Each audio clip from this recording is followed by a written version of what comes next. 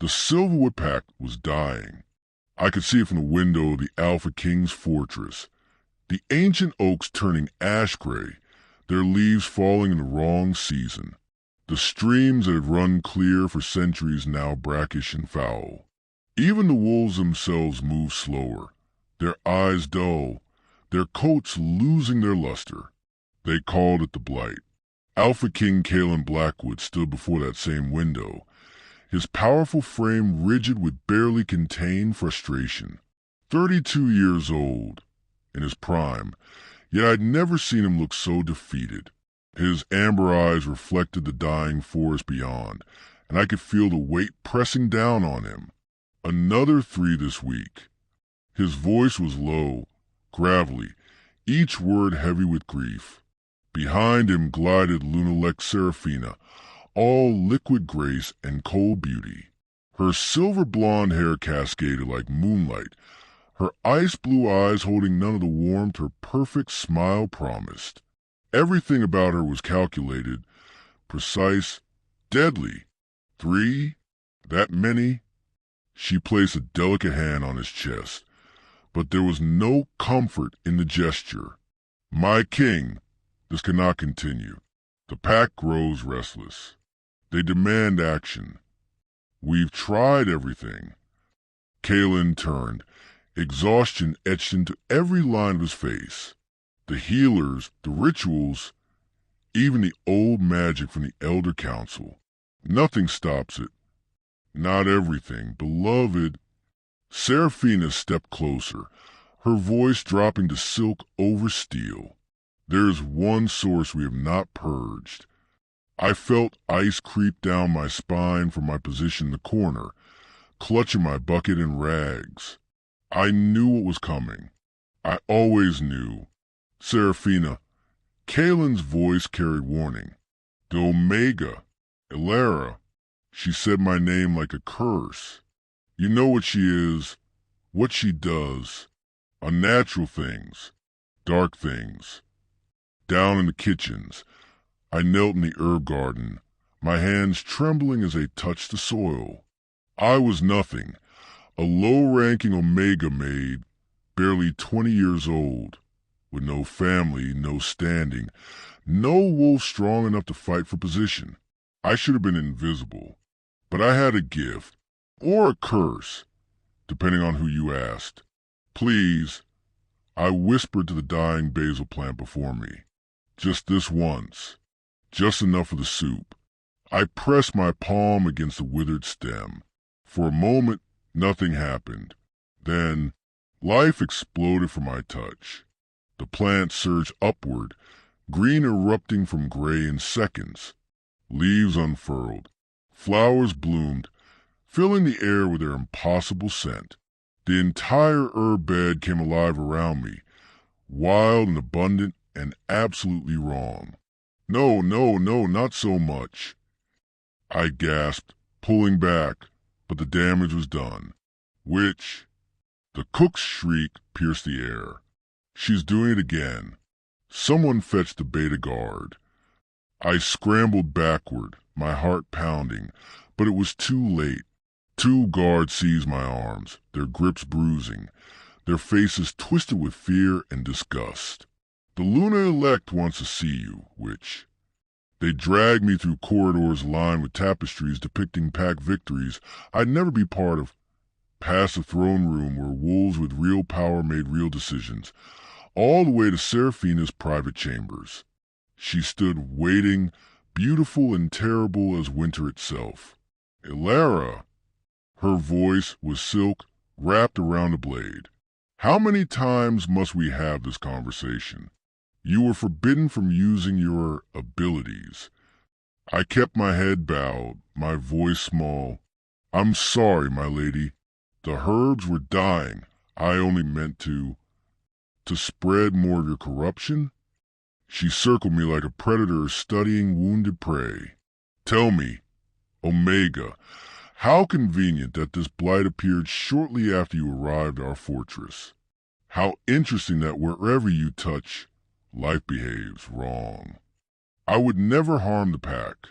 I'm trying to help. Her laugh was cold crystal shattering. Help? You?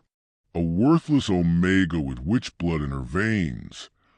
She leaned close, her breath ice against my ear. The king is too merciful, too soft, but I will protect this pack from your darkness. One more incident, little witch, and I will see you burn. Do you understand? Yes, my lady, I whispered. Good. Now get out of my sight. I fled to my tiny room, barely more than a closet, with a straw mattress. I curled up on the floor, staring at my hands, these cursed, horrible hands that destroyed everything I touched. What's wrong with me? I whispered into the darkness. Why can't I just be normal? I didn't know that in the Alpha study, Seraphina was pouring wine and preparing her next move. My king, I must speak plainly. She handed him a goblet, her expression grave. The blight worsens daily. 3 deaths this week. How many more before you act? Kaelen's jaw tightened. And what would you have me do? Execute a girl on suspicion. Not suspicion. Certainty. She slammed her goblet down. The girl is a witch, Kaelen. You've seen what she does. Life itself bends to her will. That is not natural. That is not of the moon goddess. She's just an omega, with more power in her little finger than most of your warriors. Power she cannot control. Power that coincidentally manifested as our lands began to die. She cupped his face, forcing him to meet her eyes. I know you are a good man, a merciful king, but mercy to one may mean death to thousands. The pack needs strength now. They need to see their alpha protect them. They need a sacrifice. I will not murder an innocent girl. Her eyes flashed with something dark and hungry. Then pray, my king, that your mercy does not doom us all. That night I dreamed. I stood in a field of flowers, but they were burning. Flames consumed the petals, yet they continued to bloom, endless cycles of life and death, beauty and destruction. A great silver wolf watched me from within the fire, its amber eyes piercing straight through to my soul. When it opened its mouth, the voice was thunder and earthquake and the grinding of mountains. Find me. Save us. You are not cursed. You are key. I woke with a gasp, my hands glowing faintly with green light. By the time I blinked, the glow was gone, but the words echoed in my mind. You are not cursed. You are key. Somewhere in the fortress, Alpha King Kaelen woke from the same dream, his chest tight, his massive body covered in cold sweat. His wolf was clawing at his mind, a single word repeated with desperate urgency. Mate, mate, mate. He crushed the feeling down, forcing it into the deepest part of his soul. He was promised to Seraphina. The pack needed stability. He couldn't afford to chase phantom dreams and wolf instinct. He didn't know he had just 3 days before the Blight would claim him too. I spent the next 2 days trying to be invisible. I scrubbed floors until my knees bled. I kept my hands in my pockets, away from anything living. I spoke to no one, but the dreams continued. Every night, the silver wolf. Every night, those amber eyes. Every night, the same message. Find me. On the 3rd day, I was in the fortress library, shelving books I'd been ordered to organize. I shouldn't have been reading them. Omegas weren't supposed to educate themselves beyond basic needs, but I taught myself anyway, stealing moments with pages when no one was watching. This particular book made my blood run cold. It was an ancient text about mate bonds, about the marks that appear when true mates touch for the first time. The illustration showed intricate patterns of vines and flowers, blooming across skin in living tattoos. The fated mate mark appears only when destined souls connect. It cannot be fate, cannot be forced, cannot be denied. Those marked by fate will find each other, no matter the distance, no matter the obstacles. I traced the drawing with trembling fingers. It looked exactly like the mark I'd seen in my dreams, glowing on the silver wolf shoulder. What are you doing, Omega? I spun, the book tumbling from my hands. Beta Thorn stood in the doorway, his scarred face unreadable. He was a gruff man in his 40s, loyal to Kaelen since childhood, and he'd always been kinder to me than most. I'm sorry, Beta. I was just reading about Maid bonds. He picked up the book, studying the page. His expression shifted, something like recognition flickering across his features. Interesting choice. It was an accident. I didn't mean... Have you been having dreams, girl? His voice was quiet, urgent. Dreams of wolves? Of marks? I froze. How could he know? The elf has been having them too, he said, answering my unspoken question. Every night for 3 days. He thinks he's going mad. Thinks the blight is affecting his mind. Beta Thorn's eyes bored into mine. But I've seen this before. My own parents were fated mates. I know what it looks like when the moon goddess is calling. I don't understand. Why would the goddess? A scream cut through the fortress. Then another. The sound of running feet, of panic spreading like wildfire. Beta Thorn's face went white. The Alpha. Something's happened to the Alpha. It happened during a border patrol. Alpha King Kaelen and his warriors were inspecting the northern territories when the blight-infected oak finally gave way. The massive tree, weakened by months of corruption, crashed down with sound like the world breaking. I heard the Beta Guard shouting from my position in the kitchens, heard them carrying something, someone, through the fortress corridors with desperate urgency. Alpha, someone help. Get him back to his chambers. I pressed myself against the wall as they rushed past, and my heart stopped. Kaelen lay on the stretcher, his powerful body pierced by corrupted branches that had gone straight through his shoulder and side. His blood was too dark, wrong somehow, and spreading from his wounds, that telltale ash gray that marked the blight's touch. No, I whispered. Please, no. Through the bond one didn't understand yet. I felt it, his pain, his fear, the way his body was already failing. He was dying, the strongest wolf in all the territories, brought down by the same corruption that had claimed so many others. The healers worked for hours. I could hear them from outside his chambers, could hear Seraphina's voice rising in commanding chants as she led the rite of purification. The sacred herbs burned, their smoke bitter and thick. Nothing worked.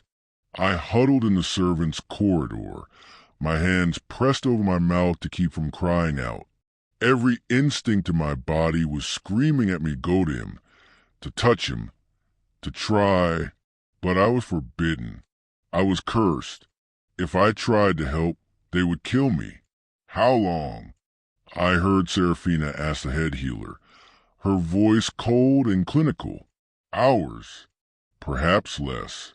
The blight has reached his bloodstream. I'm sorry, my lady. Then we must prepare for succession. No grief in her voice. No sorrow. Just calculation. Outside the chambers, Beta Thorn paced like a caged animal.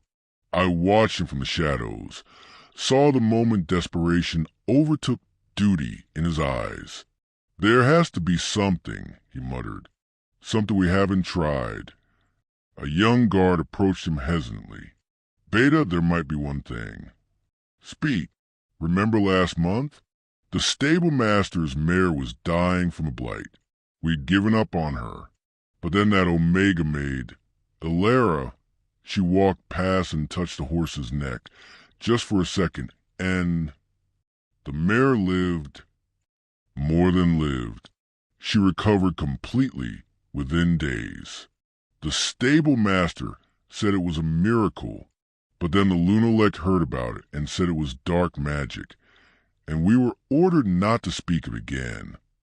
Beta Thorn stood frozen for only a moment, then his eyes found mine in the shadows.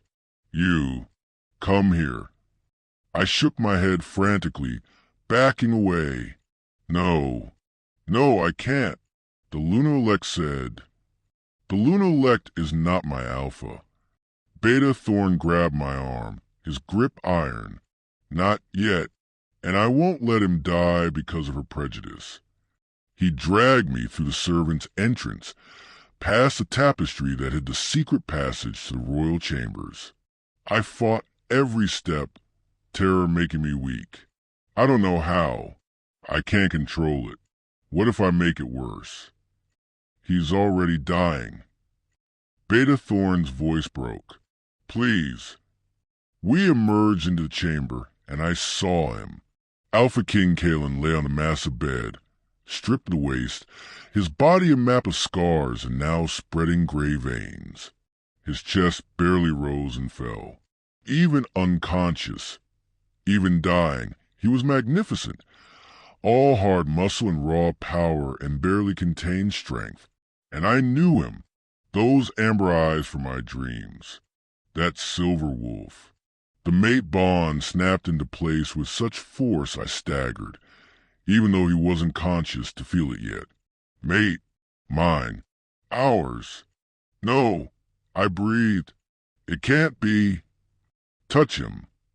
Beta Thorn pushed me toward the bed. Whatever you did to that horse, do it now. My hands were shaking so badly I could barely extend them. These cursed hands that destroyed everything. These hands that made life grow wild and wrong. But he was dying. Slowly. Hardly breathing. I reached out and placed my palm against the largest wound on his shoulder. The reaction was instant and overwhelming. Energy surged through me like lightning striking earth. Not painful, but all-consuming. My hand blazed brilliant green, light pouring from my skin into his. The gray corruption didn't just stop. It fled, racing away from my touch like living darkness driven out by dawn. By the goddess, the healer gasped. The wound under my hand began to close. The gray veins in Kaelen's chest reversed their course, retreating, disappearing into nothing. His breathing deepened. Color returned to his skin, transforming him from dying king to sleeping warrior. And then something else happened. Where my hand touched his shoulder, a mark appeared. Beautiful, intricate, exactly like the illustrations in that ancient book, vines and flowers woven together, glowing with soft golden light. It spread across his skin, over his heart, down his arm, a living tattoo that pulsed with power. What? I didn't mean to. I tried to pull back, but the mark continued forming, sealing something between us that felt ancient and absolute. Kaelen's eyes snapped open. Amber, clear, burning with sudden, devastating intensity. His gaze locked onto mine, and the world seemed to stop, the air itself holding its breath. In that moment, everything clicked into place. The dreams, the inexplicable pull, the way his wolf had been clawing at his mind for months. Through the newly formed bond, I felt his recognition, his shock, his desperate denial warring with overwhelming certainty. Mate, his true, fated mate. This small omega with terrified eyes and glowing hands. But before he could speak, what is the meaning of this? The temperature in the room dropped. Everyone turned to find Seraphina standing in the doorway, her beautiful face twisted with rage that made her unrecognizable. Who dared bring this witch into the Alpha's chambers? Seraphina's voice could have cut glass. Beta Thorn stepped forward, placing himself between me and her fury. I did. She saved his life. Saved? Seraphina laughed, the sound harsh and brittle. Look at him. She pointed at the glowing mark on Kaelen's skin, at the way it pulsed with light, at the undeniable evidence of what had just occurred. That is a binding spell. Dark witchcraft. She hasn't healed him. She's claimed him, bound him to her cursed power with forbidden magic. No. I backed away, my voice shaking. I don't know what that is. Guards. Seraphina's command cracked through the room. Seize her. This which has assaulted your alpha with forbidden magic. She must be executed immediately. Stop. The single word from Kaelen rang with such authority that everyone froze. The Alpha King swung his legs off the bed, standing tall despite having been at death's door minutes before. The mark on his skin still glowed faintly, and through our bond, I could feel confusion, his fear, but also his absolute certainty. I was his, and he protected what was his. No one touches her. Seraphina stared at him, something like panic flickering behind her ice-blue eyes. Kaelen, my king, you don't understand what she's done to you. I understand that I was dying. He touched his shoulder where the wound had been, where now only smooth skin and that glowing mark remained. And now I'm not. He looked at me, his expression unreadable, and I felt everything to bond. His wolf singing in joy, his mind reeling in shock, his heart torn between duty and instinct. What is your name? Elara, my lord, I whispered. Elara will not be harmed. His tone left no room for argument. She will remain in the fortress, under guard, until I understand what has happened here. Is that clear? Of course, my king. Seraphina's voice was honey over poison. Whatever you command. But her eyes promised murder as they fixed on me. After all, we must understand the nature of this curse before we decide how to break it. They took me to a small room, not quite a cell, but close. I sat on the edge of the bed, staring at my hands.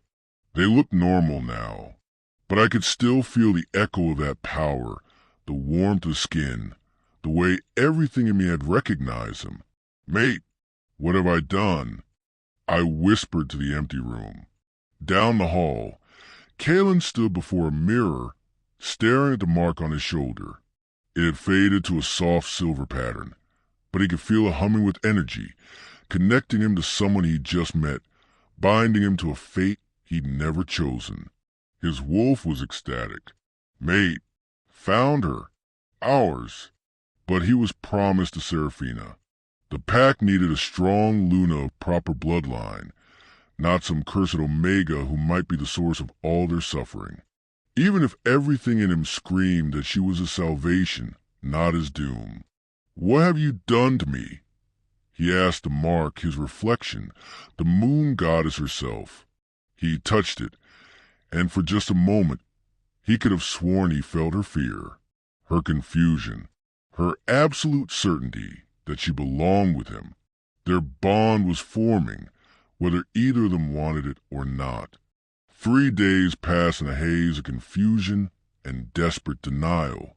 Kaelen healed with impossible speed, so fast that even the skeptics had to admit something extraordinary had happened. The Blight's corruption was gone completely, leaving only that strange silver mark on his skin. He should have been celebrating his recovery, should have been focused on leading his pack. Instead, all he could think about was her.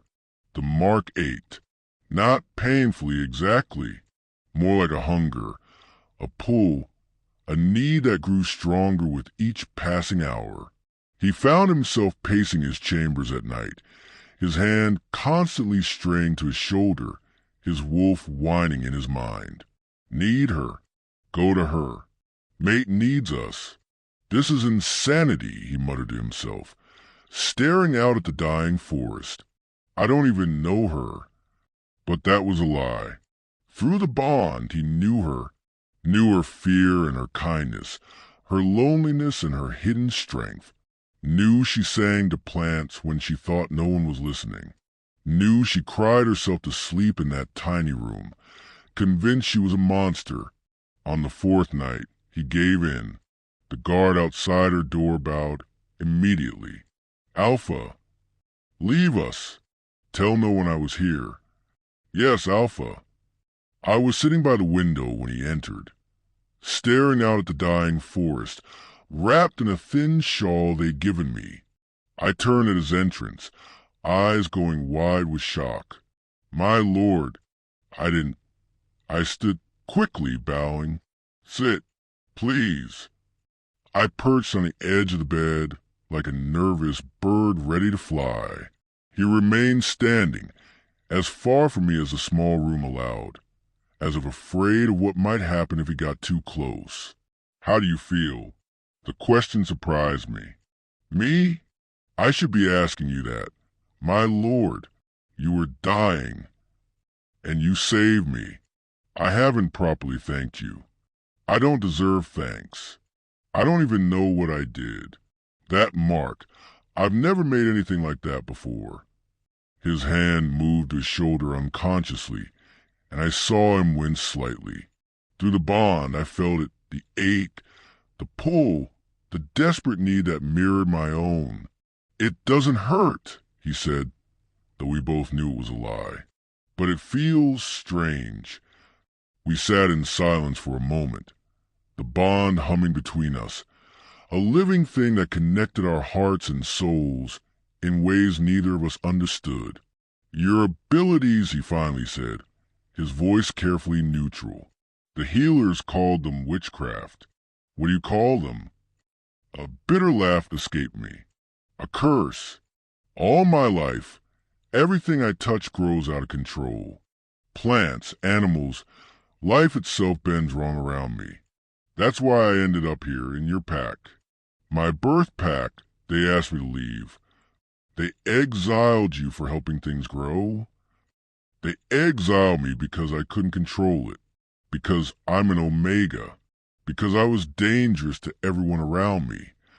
I looked up at him, old pain swimming in my eyes. "Everyone I've ever known has been afraid of me, my lord. Even you should be." "I'm not afraid." He moved closer despite himself, drawn by the bond, by instinct, by need. The mark on his shoulder began to glow faintly as the distance between us decreased. "When you touched me, when you healed me, did you feel anything?" My breath caught. I felt everything, like lightning and sunshine, and I stopped, blushing. "I shouldn't say such things. You're the Alpha King. I'm just an Omega, and your promise to Lady Seraphina." His jaw tightened at her name. "Yes, I am." But he didn't move away. Instead, he sat beside me on the bed, not close, but closer than propriety allowed. Every fiber of my being wanted to touch him, to ease that ache I could feel through the bond. "The mark," he said quietly. "It's been uncomfortable. I think your touch might help." "My lord, if the Luna Elect discovers—" "This is a command. Elara, touch me." Slowly, my hand trembling, I placed my palm against his. The moment our skin connected, we both gasped.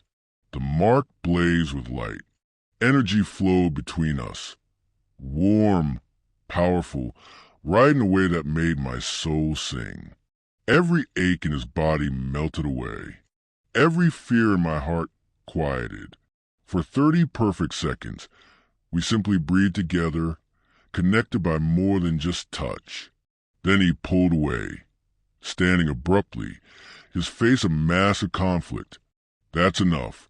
Thank you." He was gone before I could respond, leaving me sitting alone, my hands still tingling with his warmth. This became our secret pattern. Every night, Kaelen would slip into my room. Every night, he would command me to touch him, his hand, his shoulder, his wrist, just enough to ease the ache, just enough to soothe his wolf. He told himself it was medicinal, necessary, just until he understood the bond better. He was lying to himself. By the second week we were talking. It started innocently enough. He would ask about my day, and I would tell him about the books I'd been reading, because they'd given me access to the library as a small mercy. He seemed surprised that I could read it all. Omegas in your old pack weren't educated. No, my lord, I taught myself. There was an old scholar who would leave his books out sometimes, and I would memorize pages when he wasn't looking. Something shifted in his expression. Respect, maybe, or recognition. What do you read? Everything. Poetry, mostly. History. Old legends about the moon goddess. I hesitated, then decided to be brave. Stories about fated mates. The air between us grew heavy. And what do those stories say? His voice was rough. That the goddess chooses pairs whose souls complement each other. That true mates make each other stronger, more complete. That the bond cannot be broken, even by death. I met his eyes. That those who deny the bond suffer for it.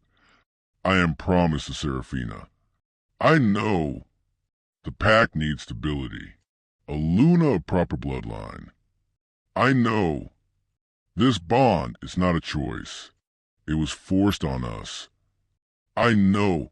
I whispered, but that doesn't make it less real. He stood abruptly, pacing to the window. Through the bond, I felt his turmoil, duty warring with instinct, logic battling emotion. Tell me about yourself, he said, changing the subject. Your life before this. So I did. I told him about growing up in a small pack, where Omegas were barely more than servants. About teaching myself to read from scraps and stolen moments. About discovering my power when I was 12 and a dying kitten came back to life in my hands, wild and strong and wrong. And slowly, carefully, he told me about himself, about losing his parents young and feeling the weight of the crown crushing him, about the political games he hated, the constant pressure to be perfect, the loneliness of leadership, about going to forest alone just to run as a wolf and forget he was king. Do you love her? The question escaped before I could stop it. The Luna elect? He was quiet for a long moment. She's beautiful, strong, everything a Luna should be. That's not an answer. No, he finally said. I don't love her. My heart pounded. Then why? Because love is not what the pack needs. They need strength, stability, a Luna who can unite the great families and secure our future. I stood, suddenly angry. So you'll sacrifice your happiness, your choice, for politics. I'm the Alpha King. I don't get to choose. Everyone gets to choose. Not me. He rounded on me, his eyes blazing. Everything I do affects thousands of wolves. One selfish decision could doom them all. We stood inches apart, both breathing hard. The mark on his skin glowed, so bright it lit the entire room. Through the bond, I felt everything, his desire, his fear, his desperate wish that things could be different. You feel it too, don't you? My voice broke. This pull between us, this connection. Elara, I took his hand, placed it over my heart. Tell me you don't feel it, and I'll never mention it again. He could feel my heart racing under his palm, could see his own reflection in my eyes, could feel through the bond exactly how much I wanted him, needed him, belonged to him. His wolf was howling. Mate, claim, ours. For one perfect moment, he almost did, almost threw away duty and crown and everything else to kiss me. Then reality crashed back. What I feel doesn't matter. His voice turned cold, distant. "You're under my protection, nothing more. These meetings must stop." "My lord, that's an Order Omega." He left. This time he didn't return. But while Kaelen and I had been lost in our dangerous dance, Seraphina had been watching, waiting, and planning in her private chambers, the ones no one else was allowed to enter. She stood before an altar that should not exist. It was carved from black stone, marked with symbols that predated the moon goddess's worship, pulsing with sickly, wrong energy. And floating above it was an orb. Inside the orb swirled the stolen life force of the Silverwood Pack.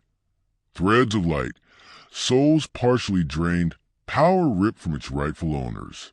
"Just a little longer," Seraphina whispered, reaching for the orb. It glowed brighter at her touch, feeding her, strengthening her. "Once I have enough power, I won't need the king. Won't need anyone.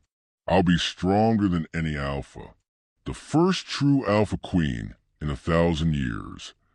Somewhere in the fortress, 3 more wolves collapsed, gasping, as their life force was drained. She smiled, "And that little Omega which will burn for my crimes." But she'd made one critical mistake. She'd underestimated exactly how much I could sense. Down in my locked room, I woke with a gasp. I'd felt it, a horrible draining sensation, like watching water circle a drain, like life being pulled where it shouldn't go. I moved to the window, pressing my hands against the glass. In the forest below, the trees were dying faster now, whole sections turning gray overnight, but it wasn't spreading from a central point. It was being drawn somewhere, pulled toward a source. "It's not a disease," I breathed. "It's being taken." But by whom? I needed to investigate, needed to find the source. But how could I, locked in this room, forbidden from using my powers, forbidden from everything? Then I looked at the door, at the simple wooden lock. Plants were alive once, what had been alive. If I could make things grow... I whispered, "Can I make them change?" I placed my hand against the doorframe and pushed with my power. The wood softened, shifted, the grain twisting like growing vines. The lock mechanism warped and clicked open. I stared at my handiwork in shock. It worked. I crept into the corridor. It was past midnight. Most of the fortress slept. My power had always pulled me toward living things. Now I let it guide me, following sensation of wrongness through the halls. It led me to Seraphina's chambers. The door was locked, but I repeated my trick with the wood. Inside, the room seemed normal, luxurious, decorated in silvers and whites, exactly what you'd expect for a Lunalect. But there was another door, hidden behind an ornate wardrobe. My hand shook as I moved aside, revealing a staircase spiraling down into darkness. "Please don't let me be wrong," I whispered, beginning my descent. At the bottom, I found hell, the altar, the orb, the truth, moon goddess. I stared in horror at the threads of light swirling inside the orb, each one a life, a soul, partially drained and trapped. She's been draining them all along. I reached out toward the orb, my power instinctively rising. The moment my fingers got close, the stolen life force reacted, recoiling from my touch like it recognized freedom. "I wonder how long it would take you to find this place." I spun. Seraphina stood on the stairs, blocking the only exit. Her beautiful face was cold, her eyes glowing with unnatural power stolen from those she was supposed to protect. "You really should have stayed in your room, little witch." I backed away from her, my mind racing. "You're killing them. Your own pack." "My pack." She laughed. descending the stairs slowly, deliberately. Please, these wolves are sheep, but their power will make me a god. The king will stop you. The king is a fool wrapped up in his precious duty, too honorable to see what's right in front of him. She raised her hand, energy crackling around her fingers, stolen power from dying wolves.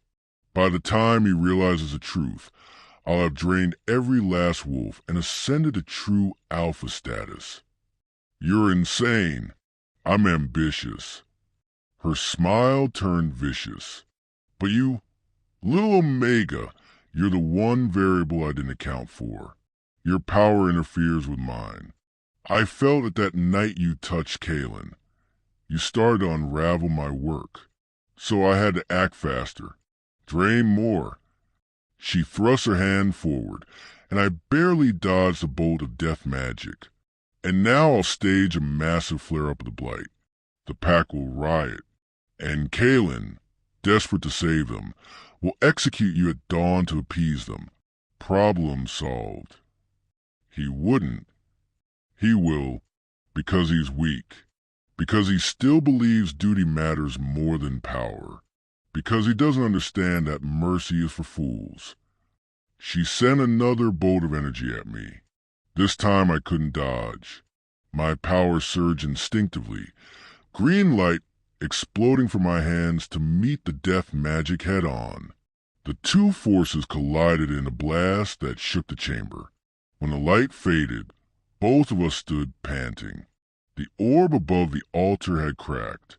Seraphina's face twisted with rage. You little...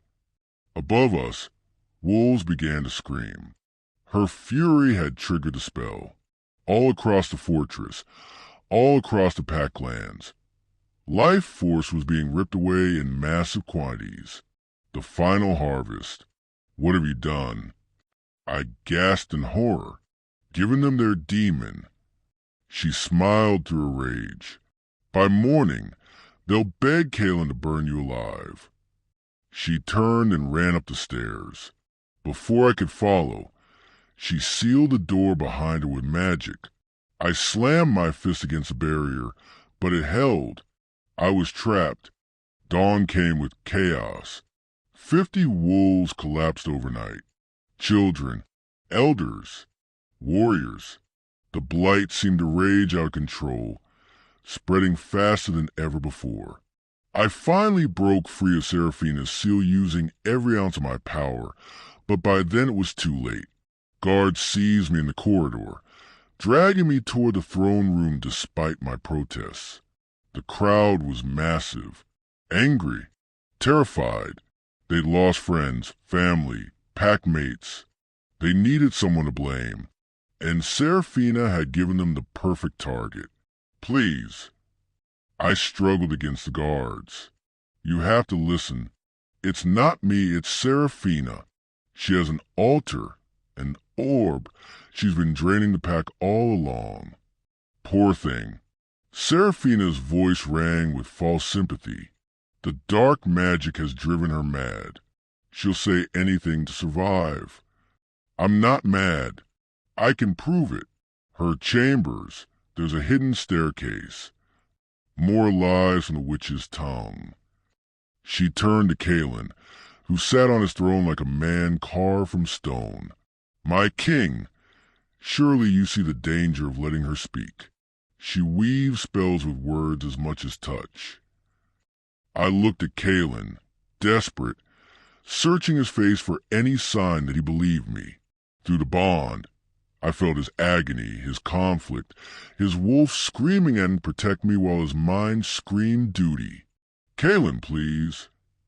I use his name, forgetting protocol, forgetting everything but the need to make him understand.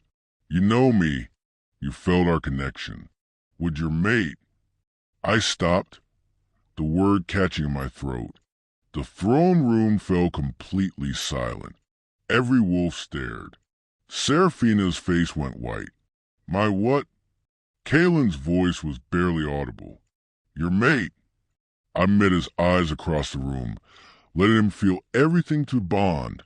my certainty, my love, my desperate hope. That's what the mark means. That's why it glows when we're together. That's why you came to me every night. The crowd erupted in shocked murmurs. More lies. Seraphina shrieked. The witch has bewitched our king. This proves her evil. But Kaelen stood frozen, his hand over the mark on his shoulder. His wolf was screaming in his mind. Yes, mate, protect her. Believe her. Is it true? His voice cracked. Have you been casting a spell on me? Tears streamed down my face. There's no spell. There's only truth. And the truth is Seraphina is killing your pack while letting me take the blame. Enough. Seraphina turned to the crowd, playing to their fear. The king is compromised by the witch's magic. For the safety of the pack, I call for immediate execution. Burn her. Burn her now. The crowd's roar was deafening. Kaelen closed his eyes, and I felt his heart break. Take her to the sacred stone. We perform the execution at noon. Kaelen, please. But the guards were already dragging me away. He didn't look at me. Couldn't look at me. Because if he did, he knew he would damn the entire pack to save me. The sacred stone stood in the center of the pack's gathering grounds, a massive altar of white marble that had served the Silverwood pack for 1,000 years. It was where they crowned alphas, blessed pups, and honored the dead. Today, it would serve as my execution platform. The entire pack gathered, hundreds of wolves in human form, their faces haggard from the Blight's effects. They wanted blood. They wanted an end to their suffering. They wanted me to burn. I was brought forth in chains. I didn't struggle, didn't cry. I just walked with my head high, searching the crowd for one face. I found him. Kaelen stood at the base of the sacred stone, dressed in ceremonial armor, a silver blade in his hand. His face was carved stone, but his amber eyes were drowning in grief. Through the bond, I felt everything. His agony, his self-hatred, his desperate wish that there was another way. Seraphina stood beside him, speaking loudly to the crowd. Good people of Silverwood, today we end the curse that has plagued us. Today we cleanse our lands. The crowd cheered. I was forced to my knees atop the sacred stone. The chains locked to iron rings. Guards surrounded me with torches, ready to light the pyre of sacred wood stacked around the altar. It must be you, my king. Seraphina's voice dripped with false sympathy. The Alpha must deliver justice. I know, Kaelen whispered. He climbed the steps toward me, stood before me, raised the blade. The mark on his shoulder burned like fire. Do you have any final words? I looked up at him, at this magnificent wolf who'd been forced into an impossible choice, and I said the only thing that mattered. I forgive you. Something in Kaelen shattered. His hand trembled on the blade. His wolf was screaming, clawing, howling in his mind. No, mate, ours. Do not do this. I'm sorry, his voice broke. I'm so sorry. He raised the blade higher. Then let me prove my innocence, I said suddenly. Before anyone could stop me, I wrenched my chained hands forward and slammed them against the sacred stone itself. Stop her, a guard shouted. But it was too late. Green light exploded from my touch, so bright everyone had to shield their eyes. The sacred stone, ancient, holy, untouchable, began to change. The gray corruption that had been spreading across it, that no one had wanted to acknowledge, suddenly reversed. It didn't just heal, it transformed. White marble turned crystalline, glowing with internal light. Cracks sealed, darkness fled, and buried deep within the stone, hidden by Seraphina's magic, was the source, a black crystal shard, the anchor for the draining spell, connected directly to the orb in her chambers. My pure life energy hit it like sunlight hitting a vampire. The crystal shard shattered. The effect was instantaneous. Across the packlands, the draining stopped. The orb in Seraphina's chamber exploded in a blast that shook the fortress, and all the stolen life force came flooding back to its rightful owners. Wolves gasped as strength returned. Trees straightened. Streams ran clear. The world itself seemed to take a deep, healing breath. And Seraphina screamed, "No! No! My power!" Everyone turned to stare. The Luna Elect was transforming, but not into her wolf, into something else. Something withered and wrong. Her beautiful silver hair darkened and thinned. Her perfect skin wrinkled and cracked. Her ice-blue eyes turned milky. Without the stolen life force sustaining her illusion, her true form was revealed. She was ancient, withered, corrupted by dark magic into something barely recognizable as wolf. "You ruined everything," she snarled, her voice no longer beautiful. "I was so close to godhood. What is this?"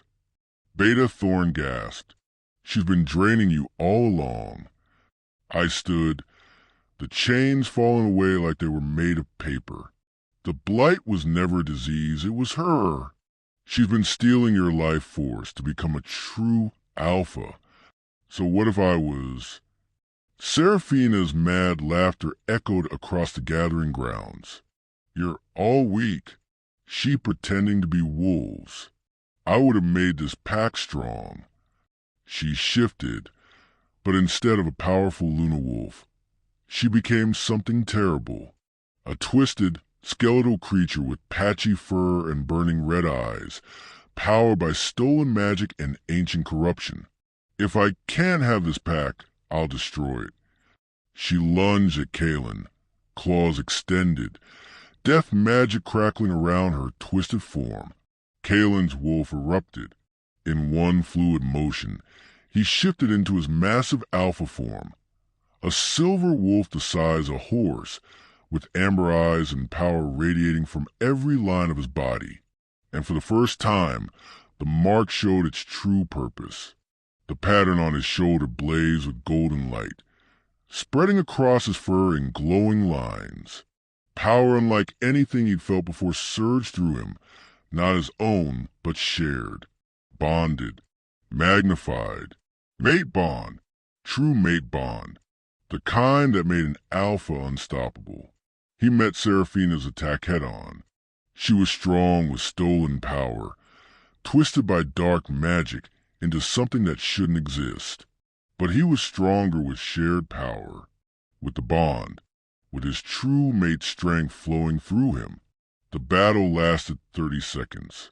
It ended with Seraphina pinned beneath his massive paw, her twisted wolf form broken and defeated. "You," she gasped, "you would choose a worthless Omega over me?" Kaelen shifted back to human form, standing over her, magnificent in his righteous rage. "She is not worthless. She is my mate, my true mate, chosen by the moon goddess herself." He looked up at the sacred stone, at me standing atop it, glowing with my own power, chains broken, head held high. "And she is your Luna." The words rang across the gathering grounds like thunder. For a moment, no one moved. No one breathed. Then Beta Thorn dropped to one knee. "Luna!" One by one, every wolf in the pack followed. Hundreds of them, kneeling before the small Omega who had saved them all, who had endured their hatred and proven her worth in the most spectacular way possible. "Luna! Luna! Luna!" The chant echoed off the mountains, carried by voices that had cursed me hours before, now raised in allegiance. I stood frozen, tears streaming down my face. My whole life, I've been told I was cursed, worthless, dangerous. Now an entire pack called me Luna. Kaelen climbed the steps to the sacred stone, took my hands in his. The mark on his shoulder blazed brilliant gold. An answering mark appeared on mine, the same intricate pattern of vines and flowers, proving beyond doubt what we were to each other. I'm sorry. His voice was raw with emotion. I'm so sorry I doubted you. I should have trusted my wolf. Should have trusted my heart. Should have trusted you. You were trying to protect your pack, I said softly. Our pack. He cupped my face in his hands. If you'll have me, if you'll forgive me for being a blind fool, I already did. He kissed me then, in front of the entire pack, claiming his mate as the sacred stone blazed with light beneath us, blessing our union with power older than memory. The marks on our skin pulsed in perfect synchronization, and everyone who watched swore later that they saw the image of the moon goddess herself smiling down on us, her divine approval radiating through the very air. When we finally broke apart, Kaelen turned to his beta. Seraphina will be tried for crimes and banished beyond our borders. Her name will be struck from our history. Are there any who object? Silence. Then let it be known, Elara is Luna of the Silver Woodpack. Her power is not a curse but a gift. She will heal these lands and lead beside me. Any who challenge this will answer to me. For the Alpha and Luna, the crowd's roar could have shaken the heavens. As guards dragged the withered Seraphina away and the pack began to celebrate, I looked down at my hands. The hands I'd feared all my life. The hands that had saved them all. Do you really think I can do this? I whispered to Kaelen. Be a Luna? He took my hands, kissing each palm with reverence. I think you already are. 3 months later, the Silverwood Pack lands were unrecognizable. Where gray death had spread, now life exploded in abundance. The forest was thick with growth. The streams ran crystal clear, and prey animals had returned in droves. The pack wolves were stronger than ever, their coats glossy, their eyes bright, their laughter echoing to the territory for the first time in years. All because of their Luna. I walked through the gardens I'd created, acres of flowering trees and medicinal herbs, vegetables and fruits, all grown by my touch, all controlled and beautiful and right. I no longer feared my power. I'd learned to channel it, to use it to heal rather than overwhelm. Children ran past me, laughing, playing the flowers without fear. They loved me, called me Luna with genuine affection in their voices. Luna, Luna, a young pup ran up, her eyes bright. Can you make the flowers dance again? I knelt, smiling. Of course, little one. I touched the ground, and flowers erupted in a spiral pattern, swaying as if to music only they could hear. The pup squealed with delight, and ran off to tell her friends. You spoil them. Kaelen's voice came from behind me, warm with affection. I felt his arms wrap around me, pulling me back against his chest, and I melted into his embrace. They deserved to be spoiled. They were so frightened for so long. We all were. I turned in his arms. The mate marks on our shoulders glowed faintly, always present now, a constant reminder of our bond, our connection, our love. Do you ever regret it? I asked quietly, choosing me over someone more traditional? Never. His answer was immediate, fierce. Not for a single second. You are the best thing that ever happened to me. To this pack. He kissed my forehead. Besides, you're far from traditional. My Luna can make forests grow with a touch, communicate with plants, and yesterday I found you having a conversation with the old oak tree near the border. I blushed, He was lonely. His laugh was full and genuine. I'm not complaining. I'm just saying that traditional is overrated. Alpha, Luna. Beta Thorn approached, bowing respectfully. Forgive the interruption. What is it, Beta? We've had a request from the neighboring Frost Peak Pack. Their Alpha heard about Luna Elara's healing abilities. They've been struck by a blight similar to what we suffered. They're asking for help. Of course we'll help. I didn't hesitate. When do we leave? Kaelen's expression filled with pride. See? This is why the goddess chose you. Any other Luna would see another pack's weakness as an opportunity. You see it as a chance to help. What if there are others like Seraphina out there? I asked, other wolves using dark magic to drain packs? Then we'll stop them. Together. That evening, we stood on the balcony of our chambers, looking out over our thriving pack lands. The moon was full, bathing everything in silver light that made the world look magical. Sometimes I still can't believe this is real. I whispered that I went from being a cursed Omega to this. Kaelen pulled me close. You were never cursed. The goddess knew exactly what she was doing when she gave you that power. What do you mean? Think about it. The old legends say that true alphas need true lunas, mates whose power complements and balances their own. I'm strong in battle, in leadership, but I can't heal. I can't nurture life the way you can. He turned me to face him. You were made for me, Elara, and I was made for you. The goddess ensured that when I needed saving most, both my body from blight and my soul from making the wrong choice, you would be there. Your curse was actually her greatest gift. You really believe that? I know it. Just like I know that our story isn't ending, it's only beginning. He was right. In the years that followed, I became legendary throughout all the territories. I healed 7 different packs from corruption, always with my alpha by my side. I established gardens in every territory, taught other Omegas to embrace their unique gifts, and changed the very definition of what it meant to be Luna. And Kaelen became known as the Alpha King who chose love over duty, and found that love was his greatest duty. Our bond, that mark that had first appeared when I healed him, became a symbol throughout all the wolf territories. The intertwined vines and flowers, glowing with life, represented the truth that had nearly been lost. That curses could be blessings. That power came in unexpected forms. That an Omega could be the strongest wolf of all. And that true mates, chosen by the moon goddess herself, were unstoppable.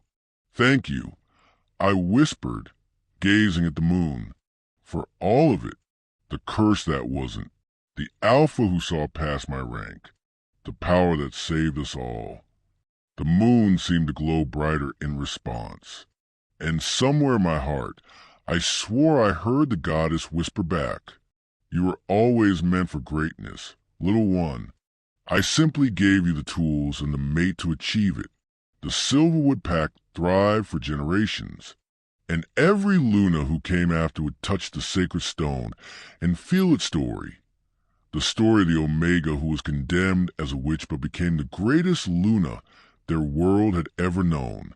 The story of Elara and Kaelen. The story of the cursed touch that saved them all.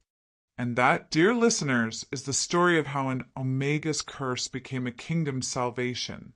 How the touch of death became the touch of life. And how true love, fated by the moon goddess herself, conquered all.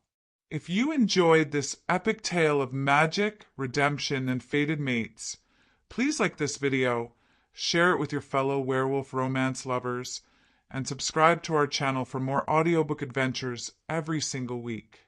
Drop a comment below telling us what you thought of Elara and Kaelen's journey. Would you want a sequel following their adventures healing other packs? Let us know. Until next time, May the moon goddess guide your path.